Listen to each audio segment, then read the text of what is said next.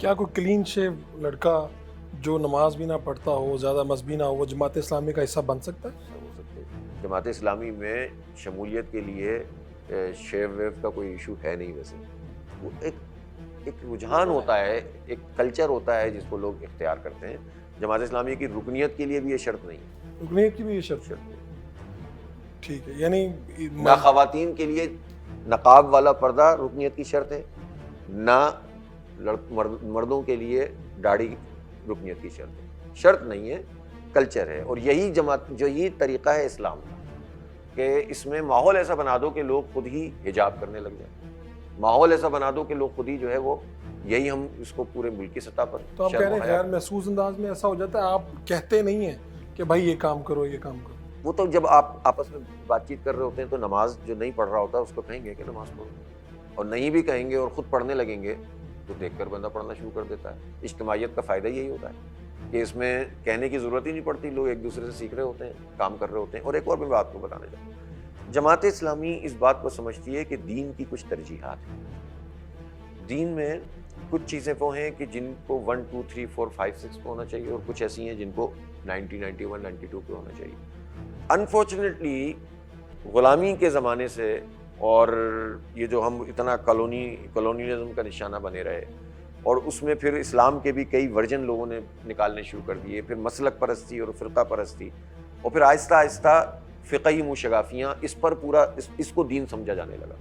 تو جس میں جو فروعیات تھیں، فروعیات کہتے ہیں جزوی چیزوں کو، چھوٹی چیزوں کو، اور اصول جو ہوتے ہیں وہ بڑے ہوتے ہیں، کل ہوتا ہے۔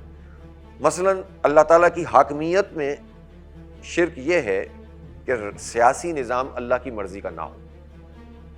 سیاسی نظام اگر اللہ کی مرضی کا نہیں ہے تو سیاست میں اللہ تعالیٰ کی ذات میں شرک ہو رہا ہے۔ یہ اتنا بڑا شرک ہے، اس کو لوگ قبول کر لیتے ہیں اور چھوٹی چھوٹی باتوں پہ لوگوں کو بدعتی کہنا شروع کر دیتے ہیں، اسلام کے دائرے سے نکالنا شروع کر دیتے ہیں۔ وہ اصل بن جاتا ہے، اور جو اتنا بڑا کام ہے جس کے نتیجے میں پوری سوسائٹی تباہ ہو رہی ہے، برباد ہو رہی ہے، وہ لوگوں میں نظر ظلم جو ہے، ظلم اس کا مٹانا جو ہے وہ ہماری ترجیح اول ہے۔ دین کی اقامت فرض عین ہے۔ دین کی اقامت کا مطلب یہ ہے کہ دین ایک نظام ہے، اس نظام کو قائم ہونا چاہیے، اگر نہیں ہے تو اس کی جد و جہد ہونی چاہیے۔ جو نہیں کر رہا وہ فرض عین سے منشگافی کر رہا ہے، جس کو شعور ہے اس پہ تو کچھ زیادہ ہی فرض عین ہے۔ تو جب یہ کام نہیں ہو رہا ہوتا اور آپ پائچوں پہ آ جائیں، آپ ٹوپی پہ آ جائیں، آپ داڑھی کی لمبائی پر تو لوگوں کو اسلام کے دائرے سے نکالنا شروع کر دیں، اور ظلم کی حکومت کو برداشت کر لیں، جبر کی حکومت کو برداشت کر لیں، جو سامراجی طاقتیں ان کی غلامی اختیار کر لیں، اس پہ عادی ہو جائیں، بادشاہتیں تسلیم کر لیں، اور دوسروں کو جو ہے وہ ملحد قرار دینا شروع کر دیں، اور اتنے بڑے معاہد ہیں، اور اللہ تعالیٰ کی حاکمیت میں جو ہے وہ انسان خدا بن کر بیٹھ گئے، اپنی ربوبیت قائم کی ہوئی ہے۔ تو جماعت اسلامی یہ سمجھاتی ہے کہ الاہم فالاہم، جو جتنا پرائرٹی کے لحاظ سے زیادہ ہے اس پر چلیں، باقی چیزیں تو خود بخود ٹھیک ہو جاتی ہیں۔ کیا میسیج دیں گے آپ اس وقت جو عالم اسلام ہے، جو پوری سچویشن بنی ہے، اس میں کیا میسیج آپ دینا چاہیں گے؟ دیکھیں، ایک بات تو سمجھ لیجئے کہ میں اس وقت جو پوری دنیا کو دیکھ رہا ہوں، اور اس وقت پوری دنیا کو ایک نئے عالمی نظام کی ضرورت ہے۔ یہ نظام تو نہیں چل رہا، لیکن جو نظام اس وقت جس کا امام ویسٹ ہے، اس نظام نے دنیا کے 8 ارب انسان ہیں تو کم از کم 80-90% لوگوں کو اپنا غلام بنایا ہوا ہے، کم از کم، ٹھیک ہے۔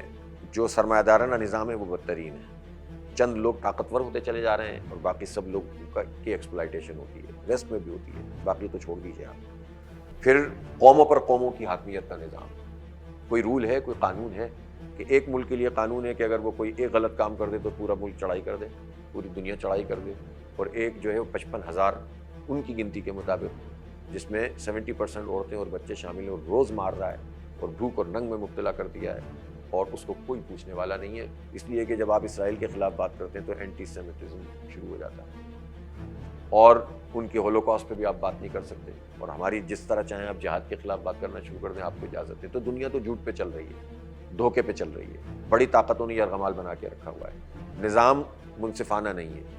تو اس پوری دنیا کو ایک نئے نظام کی ضرورت ہے، اور یہ نظام صرف اور صرف اسلام پرووائڈ کر سکتا ہے۔ اسلام نظام ہے، اسلام محض عبادات کا مجموعہ نہیں ہے۔ یہ عبادات ہمیں اس نظام کی طرف لے کر جاتی ہیں، ہمارے پاس وہ ہے لیکن ہم اس کو پریکٹس نہیں کر رہے، اور اس کے نتیجے میں ہم کمزور ہیں۔ ہمیں اپنے اپنے ملکوں میں اس نظام کے قیام کی جدوجہد کرنی چاہیے. میں نوجوانوں سے یہ کہنا چاہتا ہوں, اسلام پر اعتماد کریں, مطالعہ کریں.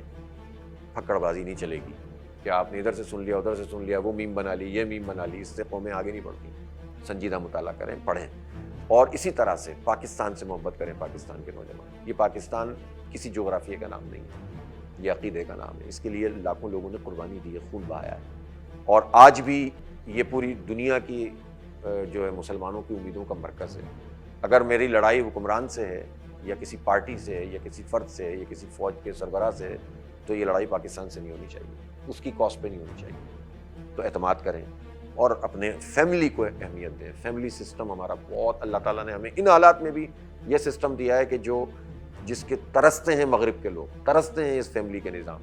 جب میں فیملی سسٹم کہتا ہوں تو لوگ سمجھتے ہیں جوائنٹ فیملی سسٹم کی ہم بات کر رہے ہیں, کہ سارے لوگ جو ہیں, ساری بہو ہیں اور سارے جو ایک ہی گھر میں رہ رہے ہوں. اس کے اپنے اپنے ماڈلز ہیں, اس کو بڑوں کو چاہیے کہ اس کا اچھا. آپ بھی ویسے جوائنٹ فیملی سسٹم میں رہتے ہیں؟ میرے 4 بچے اور 1 بیوی اور میں رہتا ہوں. تو آپ کہہ رہے ہیں کہ فیملی سسٹم کو آپ نے ہمیں دینی چاہیے اور بھائی والد ہیں, والدہ ہیں, دادا ہیں, دادی ہیں. دوسرے ممالک میں جا کے پتہ چلتا ہے یہ کتنا اچھا ہے. اب دیکھیں, جس کے پاس بڑا گھر ہے, آئیڈیل پوزیشن یہ ہے کہ بچوں کا کچن الگ کر دیں آپ جن کی شادی ہوتی ہے, ان کے آنا جانا الگ کر دیں اور پیار محبت سے رہیں. یہ ایک ماڈل ہے نا, لیکن اب شہروں میں یہ بڑی پرابلم ہے نا, جگہ نہیں ہوتی, تو پھر لوگ الگ یونٹ لیتے ہیں. کوئی بات نہیں, وہ بھی لیں, لیکن ربط ضبط رکھیں. والدین کے پاس ان کو تنہا نہ کریں. آپ چھوٹے تھے تو انہوں نے